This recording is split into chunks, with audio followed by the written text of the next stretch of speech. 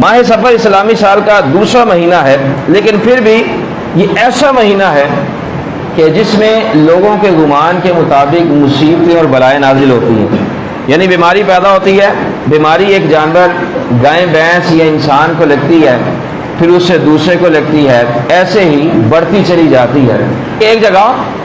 مصر جوہر صاحبہ نے قرب الہی کے صفحہ نمبر 45 پر لکھا ہے کہ پورے سال میں 10,80,000 بلائیں نازل ہوتی ہیں۔ پورے سال میں 10,80,000 بلائیں نازل ہوتی ہیں۔ میرے پاس کتاب موجود ہے قرب الہی پہ، انہوں نے لکھا ہوا ہے کہ پہلے مہینے سے لے کر 12ویں مہینے تک 10,80,000 بلائیں نازل ہوتی ہیں، جن میں سے 9,20,000 بلائیں ماہ سفر میں نازل ہوتی ہیں۔ تو ان ساری باتوں کو دیکھا جائے، عرب کے جو باتیں ہیں وہ بھی دیکھا جائے، عرب جو گمان رکھتے تھے کہ انسان کے پیٹ میں سانپ ہوتا ہے یا بیماریاں نازل ہوتی ہیں یا مصیبتیں نازل ہوتی ہیں، ان باتوں کو سامنے رکھا جائے اور مصر جوہر صاحبہ کے کلام کو بھی سامنے رکھا جائے، پھر ساری باتوں کو دیکھ کر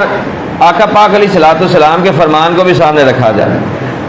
مسلم حدیث نمبر 1745 میں آتا ہے، جابر رضی اللہ عنہ روایت کرتے ہیں کہ میرے اور آپ کے پیارے محبوب صلی اللہ علیہ وآلہ وسلم نے ارشاد مبارک فرمایا